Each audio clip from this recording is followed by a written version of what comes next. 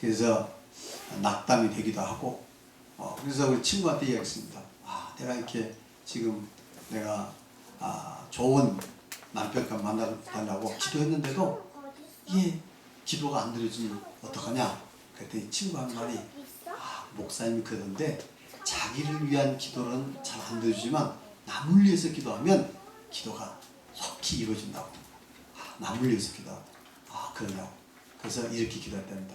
하나님 아버지, 우리 어머니에게 딸이 하나 있는데 그 딸이 지금 좋은 사익감이 필요합니다. 그 사익감을 보내주시옵소서.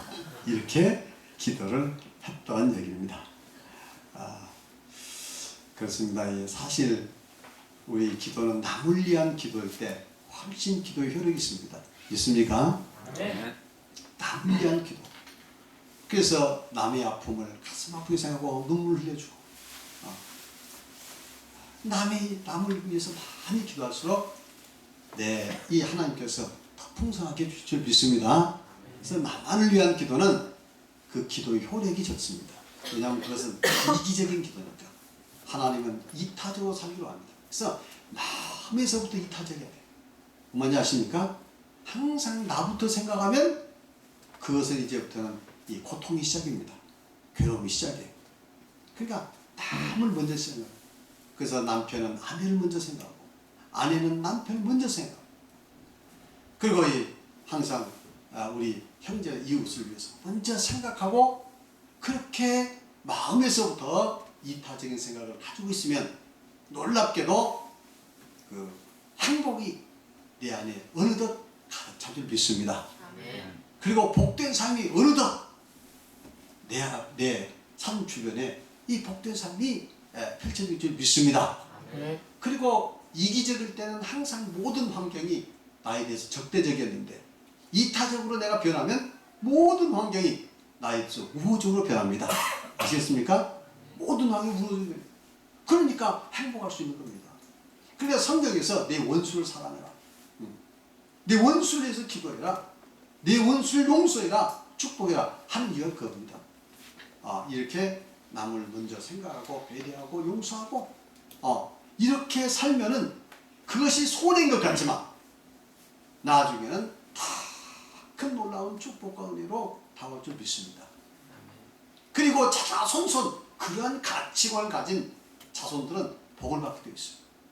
근데 뭐든지 이기적으로 내중심적으로 내가 살고 몸소 자식들한테 그걸 가르쳐주면 자식도 그렇게 살 것이고, 그러면 이 같은 이 불행한 삶, 또 문제가 된 삶을 계속 반복할 수 있다. 맞습니까? 그러니까 우리는 사심없이 이타적이 되도록 해야 합니다. 특별히 가족지간은 더 그렇습니다. 부부지간은 더 그렇고요. 그렇게 일관되게 하나님의 전능하심을 믿고 하나님의 선하심을 믿고 일관되게 나가면 반드시 하나님께서 도울 수 있습니다. 조금 했더니 안 된다고 패곡을 하지 그러면 뭘 할 수 없어요. 일관되게 내가 차라리 이렇게 살아 죽을지라도 이렇게 살아야겠다고 일관되게 나가면 하나님은 반드시 그 사람이 큰 은혜와 복을 줄 줄 믿습니다.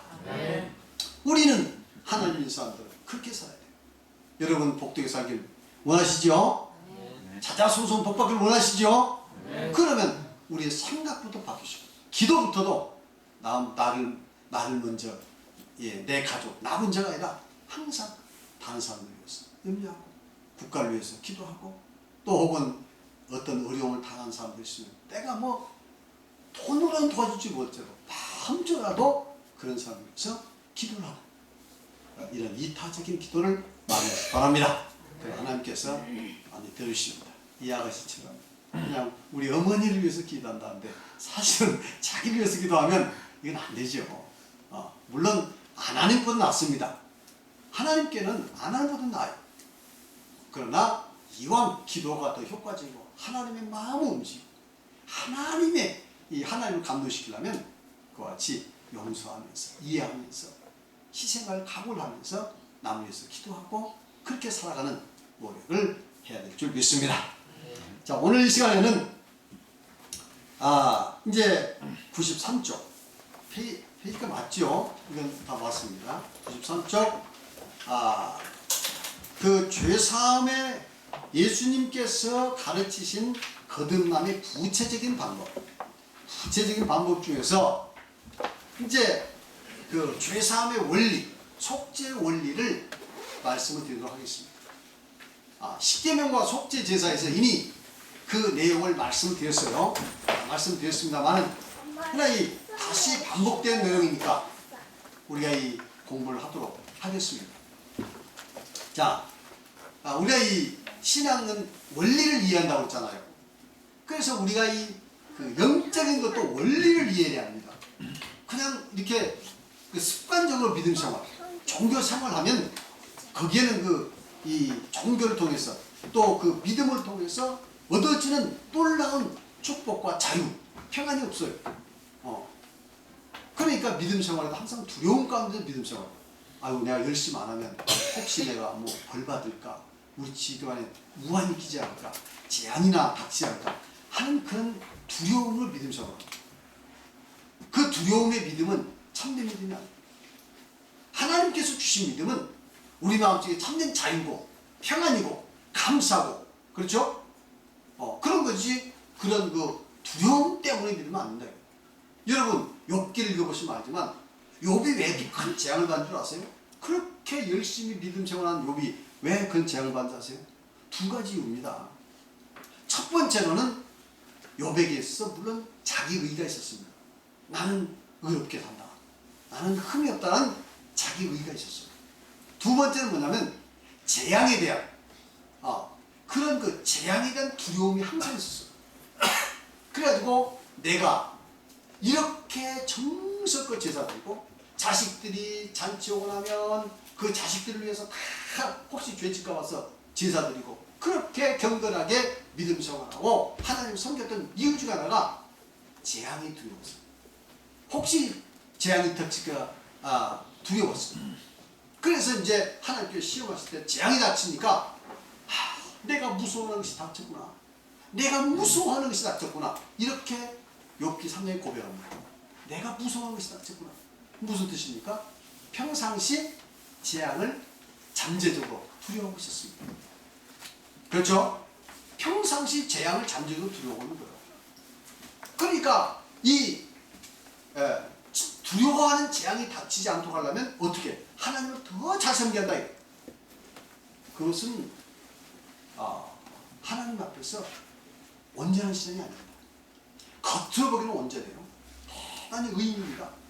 동방에 그런 의인이 없다고 이야기하지만 실제로는 하나님께서 원하시는 그런 믿음이 아니에요. 하나님이 원하시는 믿음은 뭡니까? 두려워하는 것이 아닙니다. 왜? 전능하신 하나님이 다 지켜주실 텐데 뭐가 두렵습니까? 그렇습니까? 두려울 거 없어요. 지금 어떤 고난이 있다면 그건 하나님의 큰 뜻 안에서 하나님의 선하신 뜻과 하나님의 사랑 가운데서 이루어지는 것이지 그게 재앙이 아닙니다. 근데 욥은 그런 두려움이 있어요. 그러니까 마귀는 그 두려움을 파고들어서 욥을 지금 무너뜨리려고 하는 거예요. 물론 욥은 그런 그 아주 극단적인 시험에도 잘 견디고 믿음으로 다 극복했습니다만은 많은 사람들이 사실상 이 신앙의 원리를 보다 보니까 그런 그 두려움으로 믿음 생활하고 있다. 두려움 가운데는 사랑도 없고 자유가 없습니다. 그러니까 하나님은 이 자유롭게 그리고 평안한 가운데서 하나님을 온전히 신뢰하고 믿기를 원하십니다. 우리 성도님 다 위하여 신앙의 원리를 배워서 그와 같이 사시기를 바랍니다. 구원의 원리도 배우시고 신앙의 원리도 배우시고 삶의 원리를 배워서 우리는 하나님께 주신 이 소중한 삶을 헛되이 보내지 않고 하루하루 우리는 복되고 행복한 인생을 살도록 할 줄 믿습니다. 그리고 환경도 나에게 유리하도록 바꿔나갈 게 아니겠습니까? 그것은 아까 얘기했지만 이기적으로 뭔가 쟁취해서 된 게 아닙니다. 내가 쟁취해서 싸울수록 오히려 환경은 나에게 이렇게 적대적이 되는 거예요. 남편도 적대적이고 아내도 적대적이 되고 친구도 적대적이 되고 그러나 다 용서하고 하나님의 법칙대로 살면 모든 환경이 나에게 우호적이 되고 나에게 도움이 될 줄 믿습니다. 행복한 인생을 살게 할 수 있을 줄 믿습니다.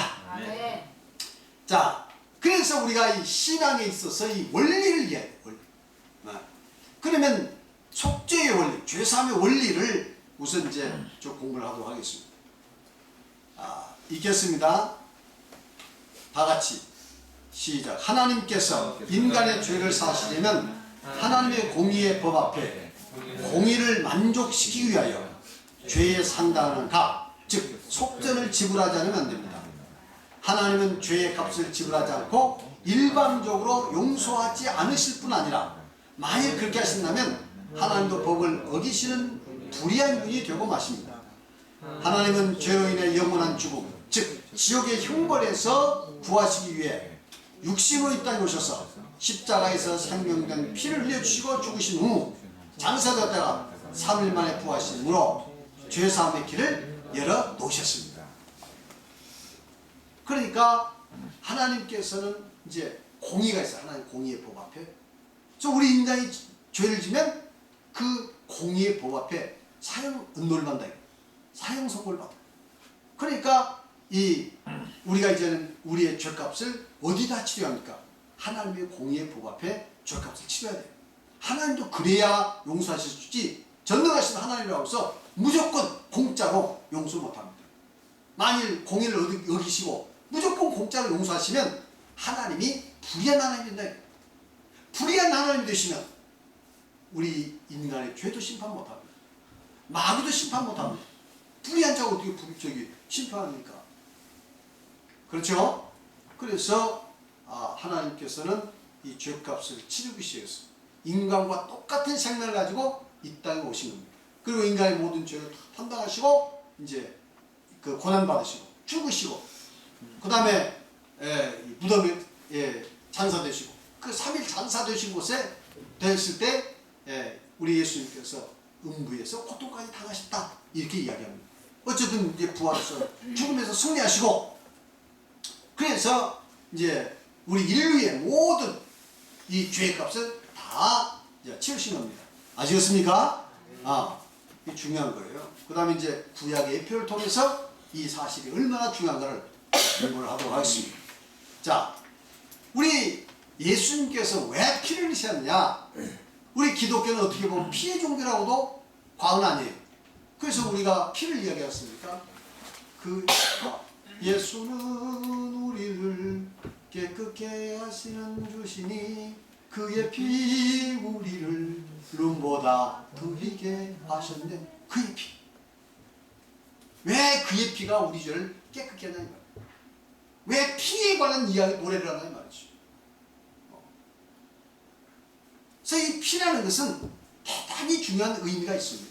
이제 우리가 쭉 보시면 알 수 있겠어요. 구약 성경은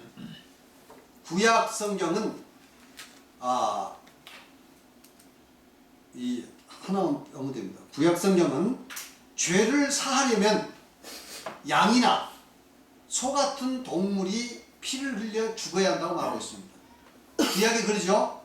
구약의 레위기서에서부터 쭉 보면은 이제 죄를 사하기 위해서 양이나 염소나 또 소나 또 비둘기나 하여튼 생명이 있는 거죠.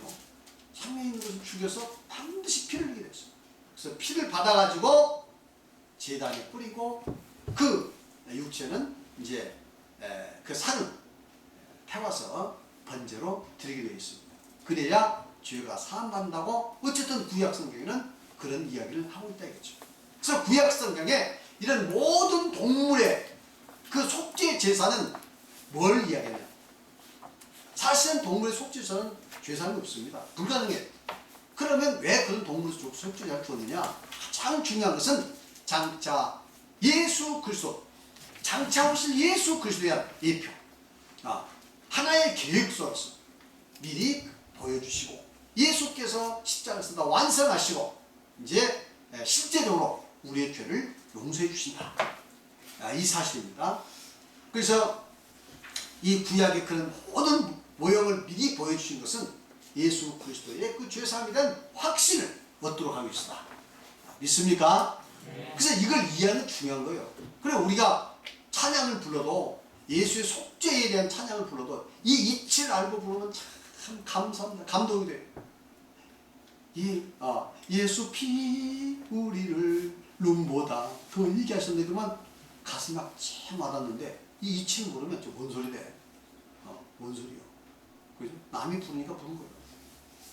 그렇습니까? 안 그렇습니까? 우리가 남이 부르니까 따라서 신나게 부르는 것이 아니라 그 의미가 마음속에 칙 하고 와닿아서 와닿으면서 부르면 다르잖아요. 그렇죠? 자, 이러한 구약의 예표에 따라서 예수께서 십자가에서 피를 흘리심으로 죄를 사하게 된 것입니다. 맞습니까?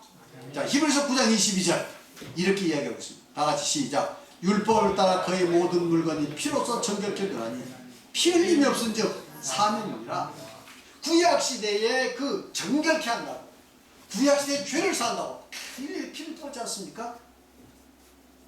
그런 것처럼 예수 그리스도의 피 흘림이 없지 죄 사함이 있을 수가 없는 것이다. 맞습니까? 예수 그리스도의 피 흘림이 없이는 죄 사함이 없는 것이다. 베드로전서 1장 18절 19절 보니까 다 같이 시작. 너희가 알거니와 너희 조상이 물려준 헛된 행실에서 대속함을 받은 것은 은이나 금같이 없어질 것으로 된 것이 아니오 오직 흠도 없고 점도 없는 어린 양 같은 그리스도의 보배로운 피로 된 것이니라. 아멘. 금이나 은같이 없어질 보배로 속죄함 받는 것 아니요 거룩한 하나님 어린 양 예수의 그 피로 속죄함 얻었네. 믿습니까? 네. 저는 이 노래를 부를 때마다 하나 은혜가 있는 거야. 금이나 은같이 세상에 있는 물질적인 가치로는 도저히 우리가 한 점 죄사할 수 없었는데 점도 없고 없는 어린 양 같은 예수 그리스도의 보배로운 피로 내가 죄사함 받았다. 그 십자가에 흘리신 그 피로 내가 죄사함 받았다. 그래서 그냥 막 십자가에 그 흘리신 그 보배로운 피, 그 현장에 있는 그 십자가를 내 마음속에 담고 살고 싶어. 그래서 예수 그리스도의 그 흐르는 피를 내가 항상 내 몸에 이렇게 참 맞아가면서 살고 싶다니까. 그래서 저는 상상으로도 그렇습니다. 예수 그리스도의 이 피 흘리는 그 모습을 저는 그 밑에서 십자가를 붙들고 주여 이 보배의 피를 좀 저한테 그냥 싹 씻어주셔. 그 보배의 피를 빛처럼 맞아서 막 제가 좀 되게 하여 주시옵소서. 이렇게 제가 상상으로도 그렇게 기도를 많이 합니다. 얼마나 감사합니까? 그 피로 내가 죄사함 받았는데 나 같은 죄인이 내 한 점, 내 노력과 내 행위, 그 율법적인 행위와 내 인간적인 방법으로는 없이 할 수 없는데 그 피로 다 용서받은 줄 믿습니다. 그저 내 죄인 때문에 주님 앞에 고백하고 예수 그리스도의 십자가를 붙들고 나갈 때 우리 주님께서 다 용서해 주잖아요. 얼마나 감사합니까? 내가 알든지 모든지 우리 주님께서는 그 피로 다 우리 죄를 씻을 줄 믿습니다. 이것을 확실히 믿어야 돼요. 이걸 이 이치를 깨달으면 확실히 믿어집니다. 확실히 믿어져. 남들이 과거에는 죄 사함 받는 거 그런가 했는데 이제 이 이치를 깨달으면 과연 그렇구나. 과연 그렇구나. 이렇게 확실히 믿어진 줄 믿습니다. 자, 그러면 이렇게 예수의 피가 우리의 죄를 사할 수 있는 그 근거는 뭐냐? 첫 번째, 피에 생명이 있기 때문이라고 성경이 얘기해요. 피에 생명이 있다. 성경은 피에 생명이 있기 때문에 피를 흘려 죽어야 하며 그 피를 제단에 뿌릴 때 죄를 사할 수 있다고 말하고 있습니다. 아시겠습니까? 왜냐하면 이 피에 생명이 있거든. 그래서 이 피를 흘려서 죽어야 합니다. 그냥 죽어서는 안 돼요. 그냥 죽기만 하면 돼요. 반드시 피를 흘려 죽어야 돼요. 그러니까 이 동물들 죽을 때 반드시 그 제사 질 때는 피를 빼잖아요. 그래서 피를 양털에 딱 담습니다. 그래서 이제 다 죽게 되면 그 다음에 아까 이야기했지만 그 몸은 제물로서 이제 그 속죄자 싹 태우고 그 피는 뿌려. 이게 근본적으로 이 죄사함의 그 능력은 다 피에 있다. 왜? 피에 생명이기 때문에. 맞습니까? 그래서 성경은 창세기 9장에도 마찬가지. 하나님께서 이제 처음에는 노홍수 이전에는 동물 먹지 못하도록 했습니다. 동물 먹지 못하도록 했어요. 그리고 식물만, 과일이나 식물만 먹도록 되어 있는데, 이제 그 하늘에 이제 우리 이 지구를 둘러싸고 있는 물층이 이제 다 쏟아져 버리고 자연수에 침투하고, 그 다음에 이제 북극과 남극에 이제 추워지고 기온이 막 이렇게 이제 변화가 되고, 이제 그때는 먹을 것이 풍성했는데 동물들도, 그러나 이제 먹을 것이 풍성하지 못하니까 하나님께서 우리에게 이제 동물도 먹도록 허락했습니다. 그랬을 때 하나님께서 딱 그만 게 있습니다. 내가 동물은 다 먹을 수 있다. 그러나 피를 먹지 마라. 피를 먹지 마라. 피를 먹게 되면 하나님께서 반드시 그 피값을 갚는다고 했습니다.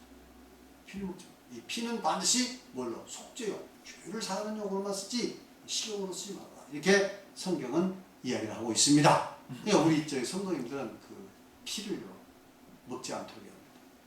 그래서 창세기도 그렇고 레위기도 그렇고, 그 다음에 사도행전 15장에 이제 그 종교회의를 했잖아요. 그 율법과 은혜에 대한 논쟁을 했을 때 결론이 뭡니까? 피와 목매에 죽는 것과 음행과 그리고 우상의 제물을 멀리해라. 그래야만 너희가 잘될 것이다. 이 네 가지만, 먹는 것은 이 네 가지만 금했습니다. 나머지 다 먹을 수 있어요. 무엇이다? 먹는 건 두 가지죠. 피와 목매에 죽는 것과, 그리고 이제 피하고 목매에 죽는 건 같은 거예요. 왜냐하면 목매다 죽으면 피가 그 돈에 다 이렇게 끼어 있기 때문에 먹지를 말라는 거죠. 그리고 이제 우상의 제물은 먹지 말아라. 이렇게 하는데, 어쨌든 우리가 이런 것들이 뭐 구원과 직접적인 관계가 있는 것은 아니지만, 이건 하나님 앞에서 대단히 중요한 그 하나님께서 원하시는, 요구하시는 거기 때문에 우리가 지키는 것이 마땅하다. 그러면 순례는 어떤가요? 뭐 그것은 제가 뭐 여러분 반대로 잡수는 관계가 없겠습니다만은 저는 안 먹습니다. 뭐 순례라든가 또 이렇게 뭐죠? 피를 이렇게 선지국 같은 저는 안 먹습니다. 더군다나 샹피가 또 옛날에 우리 저기 시골에서 보면 막 돼지 잡아가지고 그 피 뜨끈뜨끈 그런 한 피로 갖다 어르신들 벌컥벌컥 잡수시고, 이거 내가 봤어요. 여러분 봤는지 못 봤는지 옛날에 그랬습니다. 그랬죠? 돼지 피 이렇게 뭐 해가지고 그냥 그거 얼마 안 가면 식어보면 딱 저기 굳어버립니다. 이게 막 따끈따끈할 때만 다 잡수세요. 피를 좋다고. 요즘에 뭐 사슴피 좋다고 막 사슴피 막 먹죠. 내가 저기 대만 가서 보니까 뱀을 또 피를 막 빼가지고 뱀을. 그래가지고 파란 피한 그 뱀 피를 하고 이게 소주잔에 한 아마 반잔 정도 이렇게 나옵니다. 그 다음 또 술 딱 소주 술 넣어 마시고 얼마에 팔고 시장에서 직접 뱀을 잡아 피를 뺐어요. 이런 것도 보고 있습니다. 우리 이게 하지 말아요. 알겠습니까? 그러나 이제 피를 나중에 가공을 해가지고 먹는 그런 이 순대라든가 하는 것은 제가 정확히 먹으라 마라 그 말은 않겠습니다만, 다만 저는 그냥 안 먹습니다. 깨름직하니까. 그러나 먹는다고 해서 그것도 뭐 정죄하거나 그럴 수는 없는 거예요.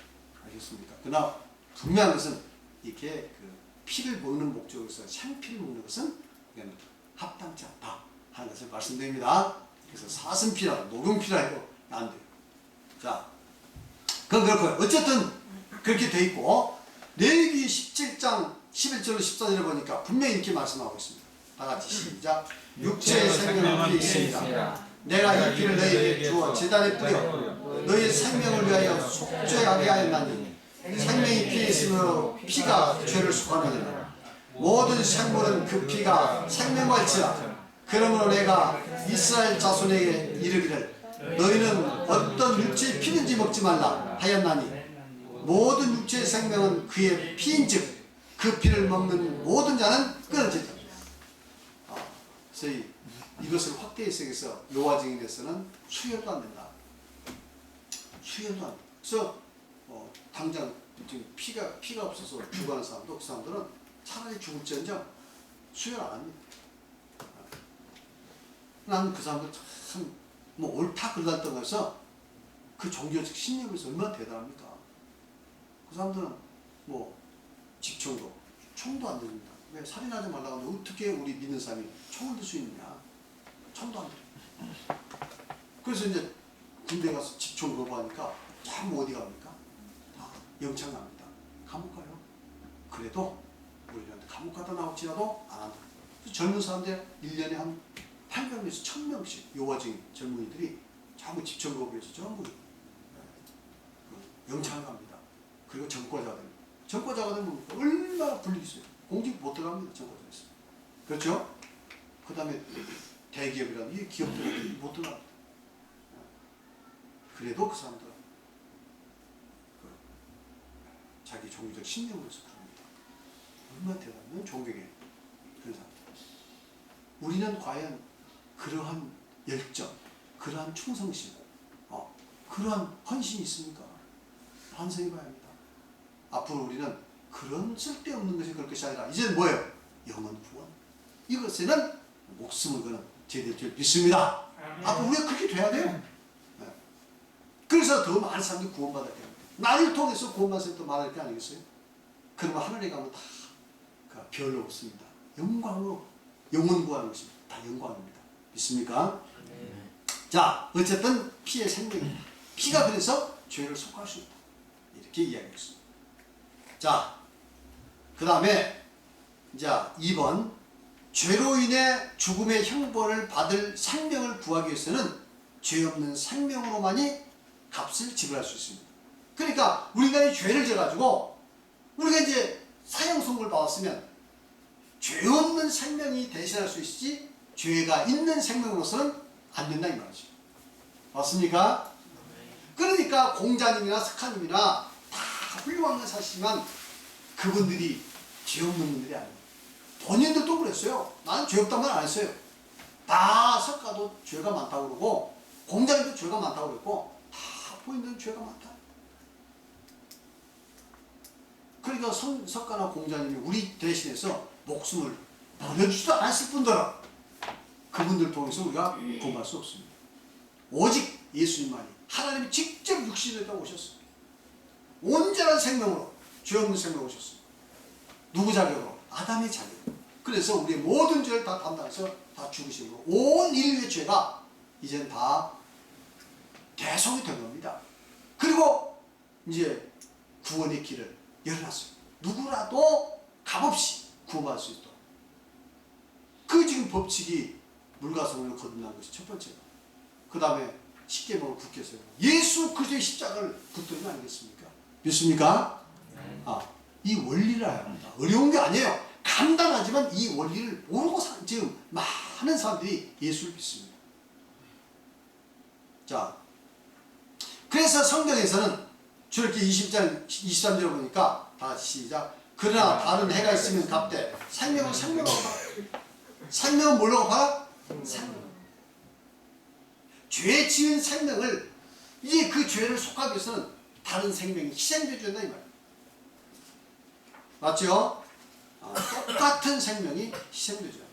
그래서 인간과 똑같은 생명을 가져야 하기 때문에 하나님이 어쩔 수 없이 이 연약한 인간, 이 육신의 모습 이 땅에 오신 거 아닙니까? 그게 하나님께 다른 방법이 왜 없겠어요? 얼마든지 있을 수 있지만 그러나 하나님의 공의의 법칙은 안 됩니다. 그러니까 하나님은 어쩔 수 없이 육신을 가지고 이 땅에 오셔야 돼요. 왜? 우리 인간 육신을 가졌습니까? 그렇죠? 우리 육신을 통해서 우리가 죄를 졌습니까? 우리 육신의 이 생명을 구원하시겠습니다. 육신을 가진 이 생명을 구해서 죄 없는 육신으로 오신다. 이것이 하나님의 공의 법칙이에요. 왜? 생명은 생명. 천사가 오면 우리 구원할 수 있습니까? 없습니까? 천사를 보내도 안 될까요? 하나님께서 미가엘 천사도 야 천사장 네가 육신 가지고 이 땅에 가서 인간을 대신 죽어라. 그러면 안 될까요? 안 돼. 왜 안 되죠? 네? 아니 미가엘 천사가 여호와 중에서 미가엘 천사가 그렇게 육신 가지고 이 땅에 와서 우리 인간을 대속했대요.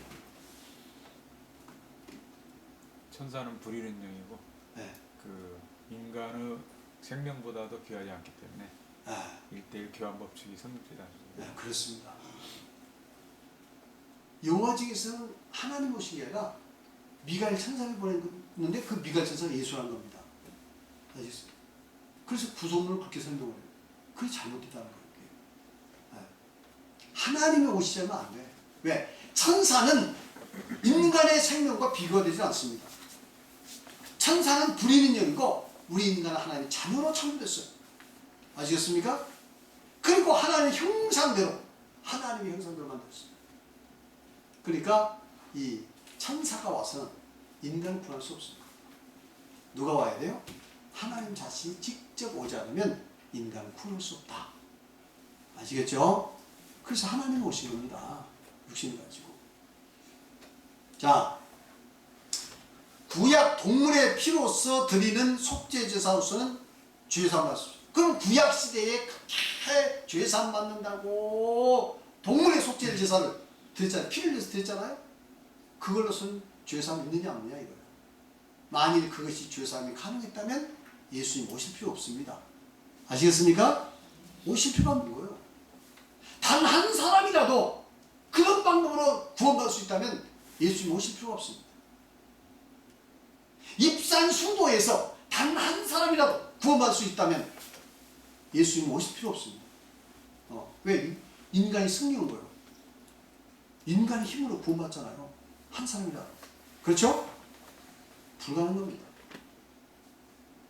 그러니까 이 하나님께서 이제 직접 해결해 주셨는데, 그런 구약 성경에 이 동물의 피로서는 드리는 속죄제사로서는 죄사함 받을 수 없는데 그 이유가 뭐냐? 첫 번째는 가치를 했어요. 이미 우리 장집사님도 이야기했습니다. 우리 인간의 가치가, 생명의 가치가 너무 위대하기 때문에, 너무 크기 때문에 이제 동물의 이 생명을 희생해서는 안 된다 이 말이에요. 아시겠습니까? 자, 가치 면에서 다 같이 시작. 인간의 생명의 가치는 철학보다 귀중하다고 예수님께서 말씀하셨습니다. 이 세상에 물질적인 어떤 가치 있는 것도 인간의 생명과 그 가치에 있어서 비교가 될 수 없습니다. 맞나요? 네. 우리 예수님께서 뭐라고 말씀하셨죠? 우리 인간의 생명을 다 같이 시작. 사람이 만일 온 천을 얻고도 제 목숨을 잃으면 무엇이 유익하리요? 사람이 무엇을 주고 제 목숨을 바치겠느냐? 천하. 천하는 뭡니까? 하늘과 땅. 천하는 하늘과 땅입니까? 하늘이라는 것은 온 우주를 이야기하는 것이고, 땅이라는 것은 우리 지구를 이야기합니다. 온 우주와 땅을 합쳐도 인간의 생명만 못하다. 하나의 생명. 그렇게 하나님 앞에서는 인간의 생명이 위대합니다. 믿습니까? 우리끼리는 도토리 키재기로 서로 뭡니까 이렇게, 예? 상대적 비교다 보니까 뭐 잘난 사람 못난 사람, 많이 가진 사람 못 가진 사람, 많이 배운 사람 적게 배운 사람, 뭐 이 세상에서 이러한 약간의 그 차이가 있을지 모르겠어요. 그걸로 가치 판단합니다.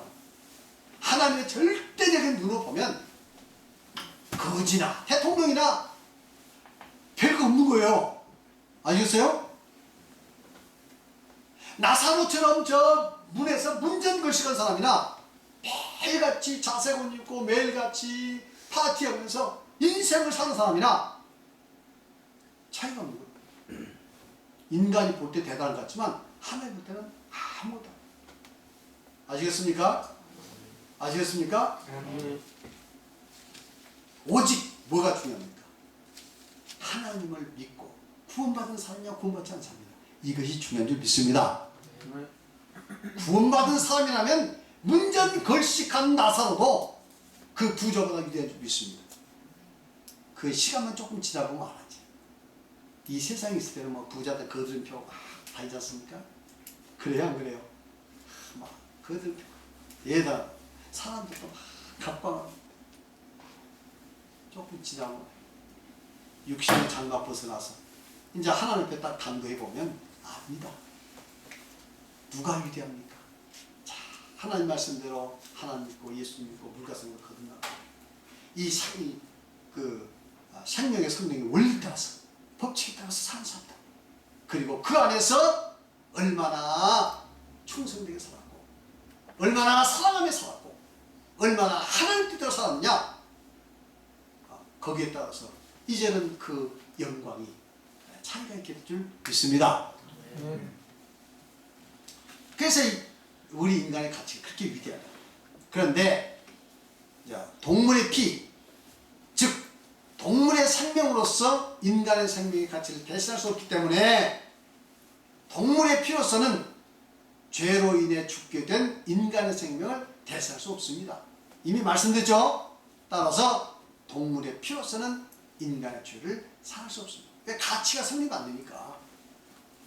한쪽은 너무 귀하게, 아니 수백억짜리를 지금 물건이 있는데 그걸 잊어버렸다는 것은 파손을 했어.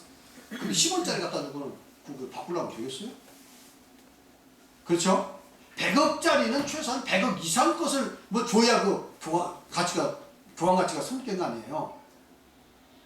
100억짜리 지금 물건 부셔놓고는 1원 갖다 주면서 이거 보상이다. 이걸로 해결을 하면 되겠어요? 됩니까? 안 됩니까? 그건 미친 짓이지.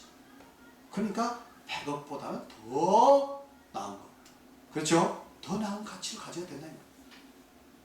근데 인간이 죄를 지어서 지금 죽게 됐는데 동물 한 마리 잡아가지고 죄사하겠다?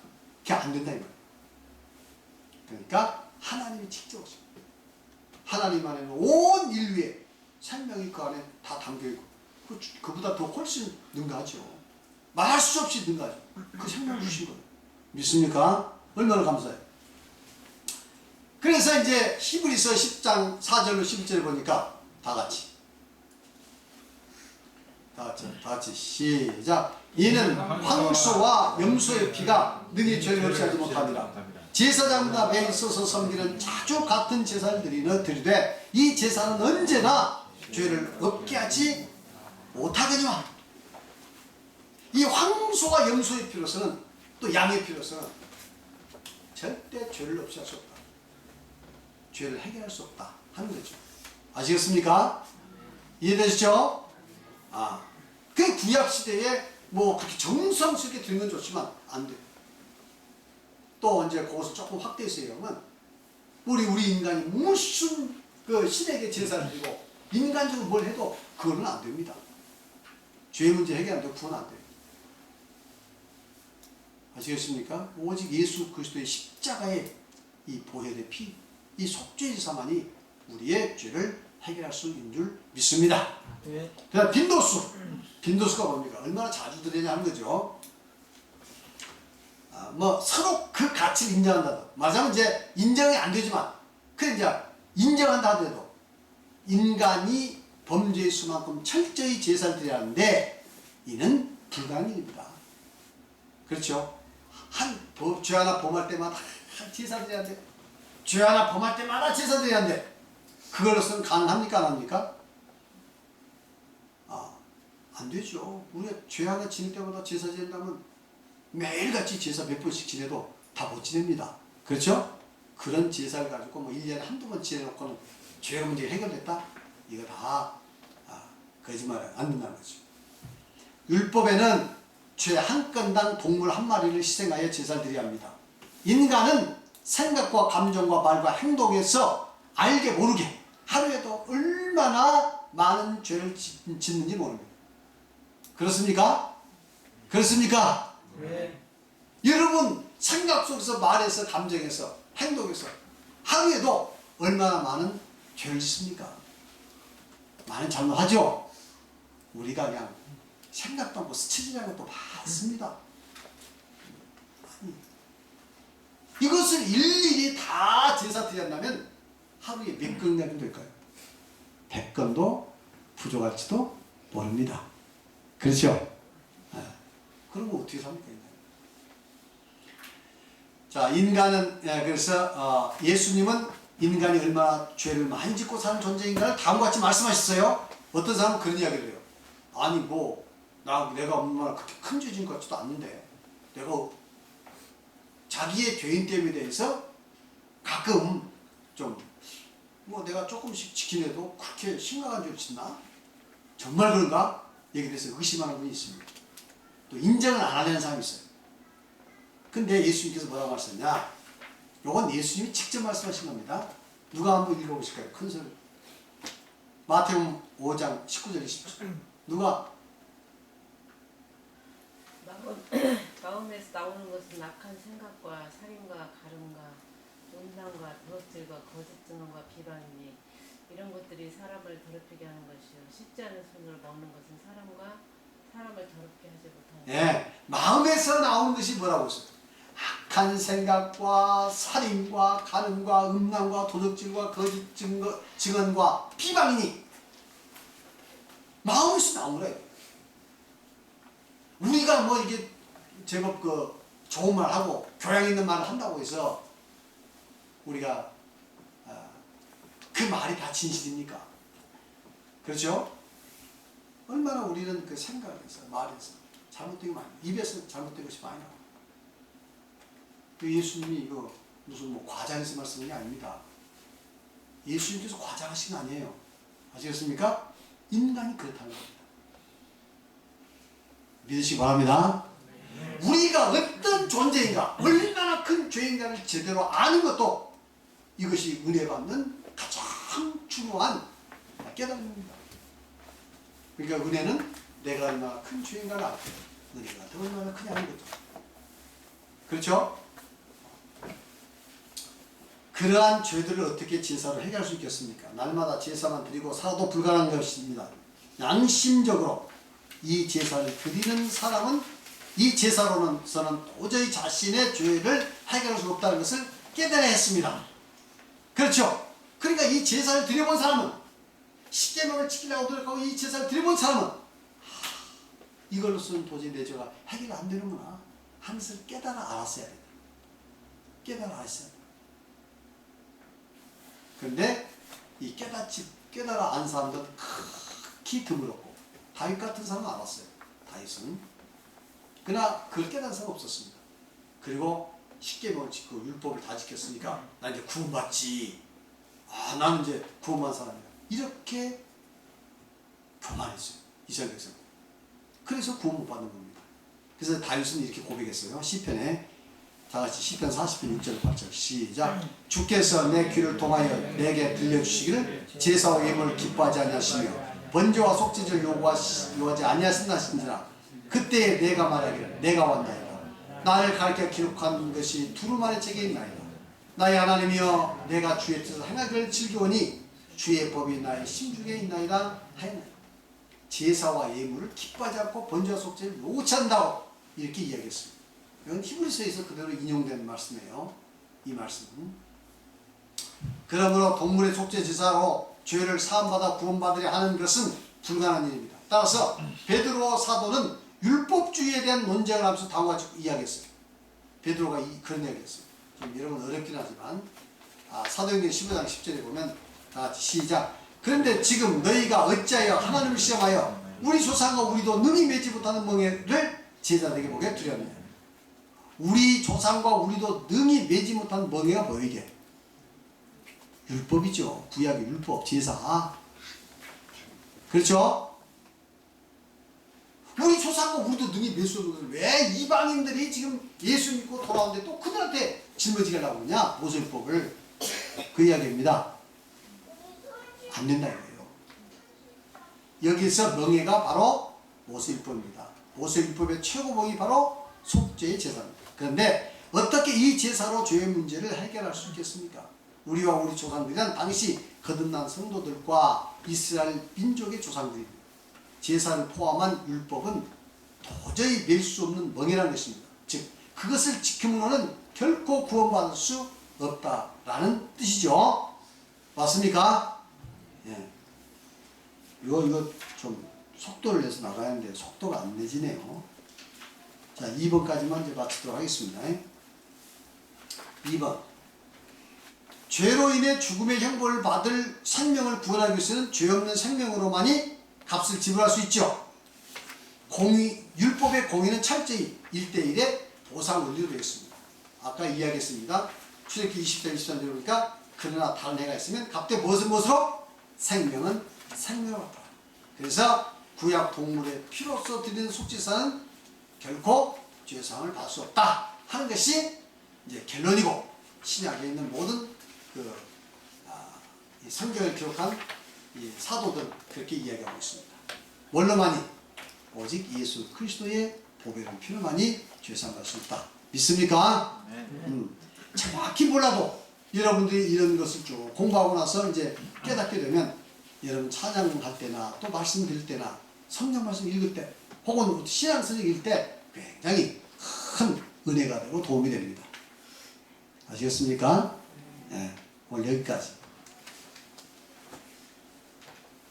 이거 안 나가지면 하루에 한 시간에 한 3, 4씩 나와서 빨리 끝내려고 하는데 그게 쉽지 않네. 네. 사경회 때 그냥 다 끝내버립시다. 그럴까요? 사경회 때 그냥. 사교육 때 아예 이걸로 다 끝내버릴까? 네. 어쨌든 이제 마치겠습니다. 뭐 물어보신 거 있으면 물어보시도 좋습니다. 네? 물어보신 거 있어요? 이미 많이 배웠고 그래도 또 혹시 물어보신 거 있어요? 그 구약 시대 때 대제사장이요. 네. 그 속죄소에서 이제 그 이스라엘 민족을 위해서 그 1년에 한 번씩 그 제사의 그 제사를 지냈잖아요. 그거는 어떻게? 그 1년 동안 지은 죄가 그냥 하나님께서 그냥 다 사했다고 하신 거예요? 그것을 히브리서에서는 집중적으로 이야기해서 안 된다고 생각해요. 개인 것도 안 되지만 히브리서 이야기는 주로 그겁니다. 1년에 한 차 들어가는 그 황소의 피. 이걸로는 안 된다. 그것이 안 되면 개인이 드리는 제사야 오죽하겠습니까? 대제사에 드리는 것도 안 되는데 개인이 드리고 싶으면 뭐가 되겠어요? 이런 원리에서 안 됩니다. 자, 이제 마치도록 하겠습니다. 기도하겠습니다. 하나님 감사합니다.